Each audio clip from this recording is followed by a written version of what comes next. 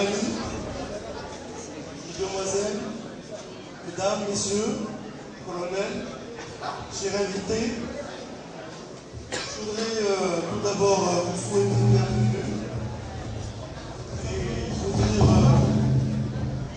combien nous sommes heureux de vous recevoir en la ville de Salé et particulièrement au Palais des Congrès du Bourgret. Et nous sommes, moi-même et toute l'équipe qui travaille au Palais, très heureux et ravis de vous voir parmi nous. En effet, j'ai reçu l'accréditation définitive en tant que consul général honoraire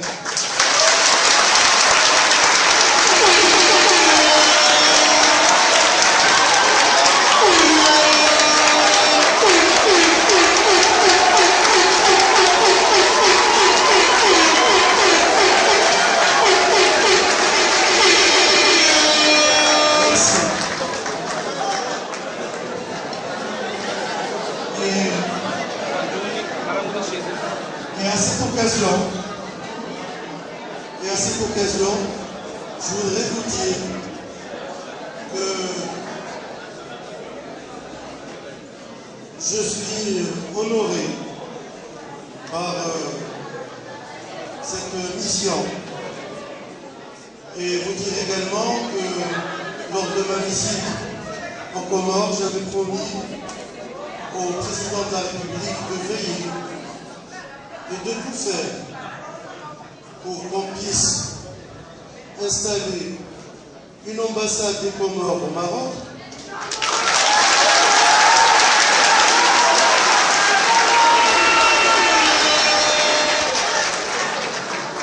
et qu'on puisse ouvrir une représentation du Maroc aux Comores,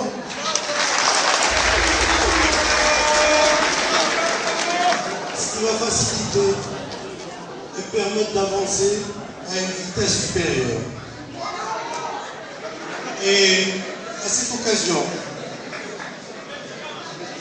je voudrais vous annoncer les grandes lignes d'un programme sur lequel nous avons travaillé lors de plusieurs séances avec M. Abdul Karim, actuel ministre des Affaires étrangères des Comores,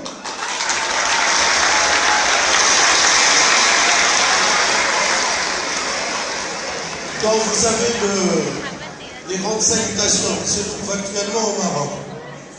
Mais en fait, il est arrivé avant-hier soir, il a été directement à Dakhla. Il aurait souhaité pouvoir venir aujourd'hui, ça aurait été évidemment merveilleux. C'est un Marocain dont nous sommes également très fiers.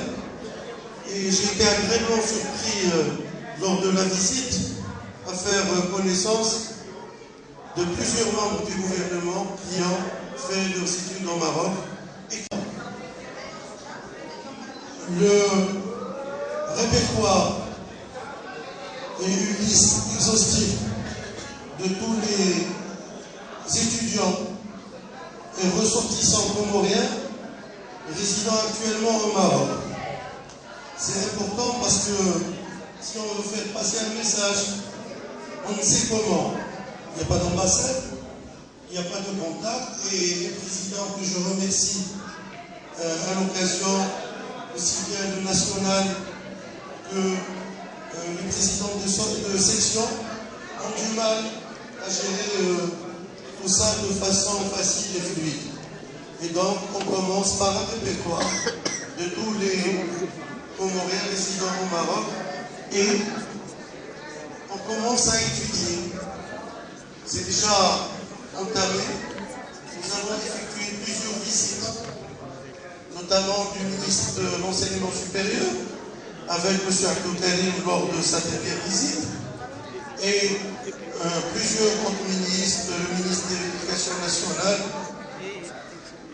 le tourisme, la formation professionnelle et les affaires administratives. Donc ces visites nous ont permis de déblayer, de commencer ou d'essayer d'avancer sur un travail qui a déjà été fait. Et il ne faut quand même pas l'ignorer, où il y a déjà des conventions, mais qu'il faut mettre en pratique, Inch'Allah.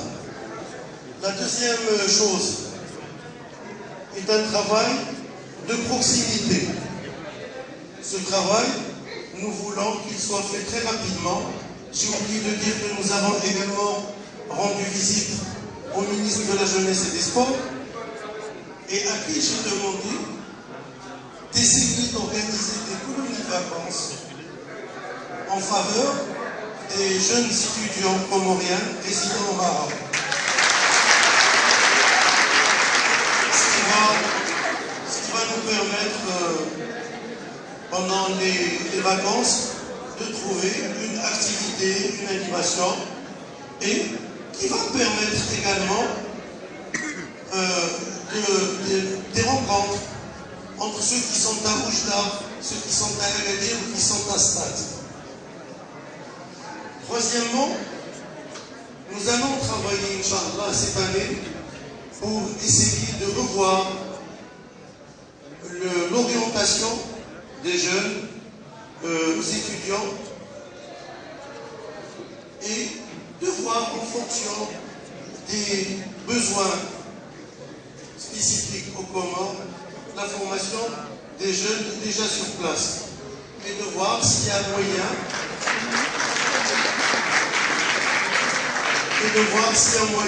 éventuellement de réorienter ceux qui sont sur place, car certains ont du mal à s'adapter. Il y a ceux qui sont arrivés sans visa pendant les 2 dernières années, et dans l'espoir de pouvoir entrer, ils se sont inscrits dans des écoles privées, mais honnêtement, ils ne sont pas toujours à la hauteur. Il y en a qui sont très bien, mais d'autres ne sont pas toujours bien. Il faut revoir tout ça pour conseiller et accompagner donc nos jeunes. Nous allons ouvrir dans les jours à venir un bureau du consulat ici à Rabat.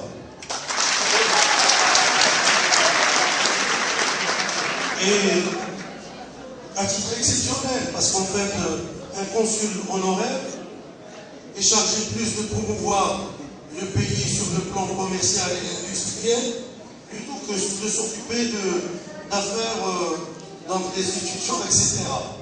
Mais vu l'urgence et la nécessité, nous allons installer une secrétaire pour recevoir les appels et pour pouvoir répondre en cas d'urgence aux problèmes qui puissent être posés. Donc, dans les jours à venir, le consulat sera ouvert, le secrétariat à votre service. Nous allons essayer de tenir des réunions très rapidement.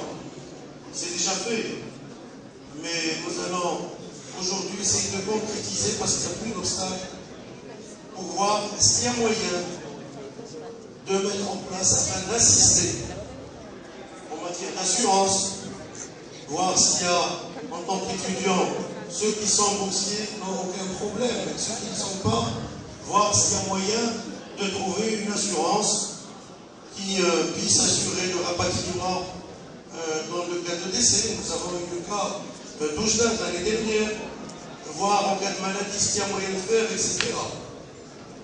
Donc, j'avais proposé également de procurer des stages pratiques aux jeunes sur place en matière de pâtisserie, de boulangerie, de plomberie, d'électricité, d'hôtellerie, et j'en passe.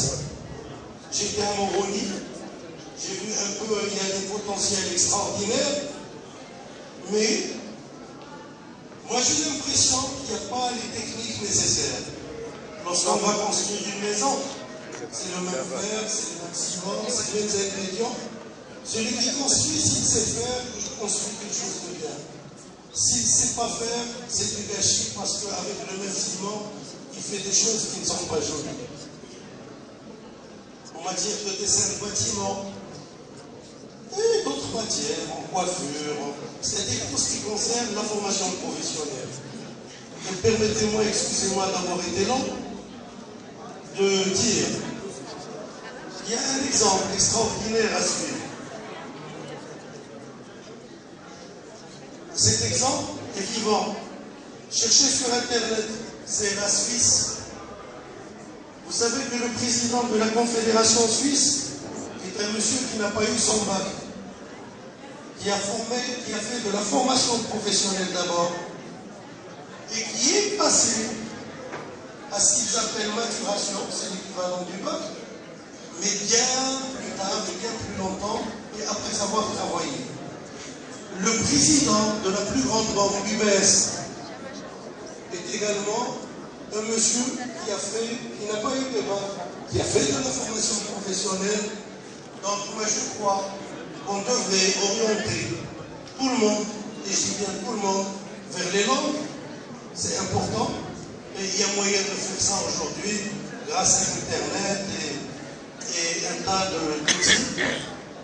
Et on devrait également orienter nos jeunes vers la formation professionnelle en fonction des besoins du pays. Donc nous allons travailler très sérieusement avec des équipes très dynamiques. Donc je saisis l'occasion pour remercier le président et remercier l'ancienne équipe également, président et toute l'équipe. J'ai eu une petite pensée pour Mahmoud, qui aujourd'hui travaille, je l'ai au bout du fil de temps en temps, et remercie le colonel qui travaille d'arrache-pied en vue de réaliser, et Dieu sait qu'il y a beaucoup à réaliser. Également, je saisis l'occasion pour vous dire que le Maroc, roi, gouvernement et peuple est très fier de la relation avec les Comores.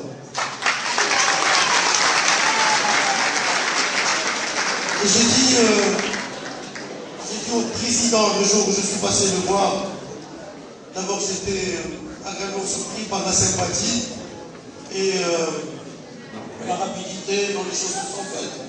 J'ai dit, vous savez, avec vous il y a une histoire d'amour. Et cette histoire d'amour, il faut l'entretenir. C'est tout à fait normal. Par les relations, par les échanges, par le travail, par les rencontres. Et ce que vous faites aujourd'hui est merveilleux. Nous allons tout faire pour que la prochaine élection soit couverte par la télévision, par la radio, qui est plus, pour qu'on trouve dans la salle au moins 25-30% de personnes marocaines pour faire connaître la culture, pour faire connaître les personnes. Parce qu'on nous demande de nous aimer, mais sans nous connaître. On peut se marier sans nous connaître, mais on ne peut pas s'aimer sans nous connaître. Voilà. C'est vrai, c'est vrai. Et donc, il faut s'ouvrir déjà au niveau des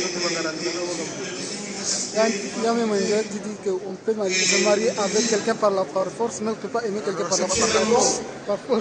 C'est par la chance. Oui, je sais la chance. On peut même organiser un plateau de la télévision. Moi, ce que j'ai connu sur les Comores, je l'ai connu à travers la télévision, mais pas la télévision marocaine. Il y a des chaînes étrangères qui ont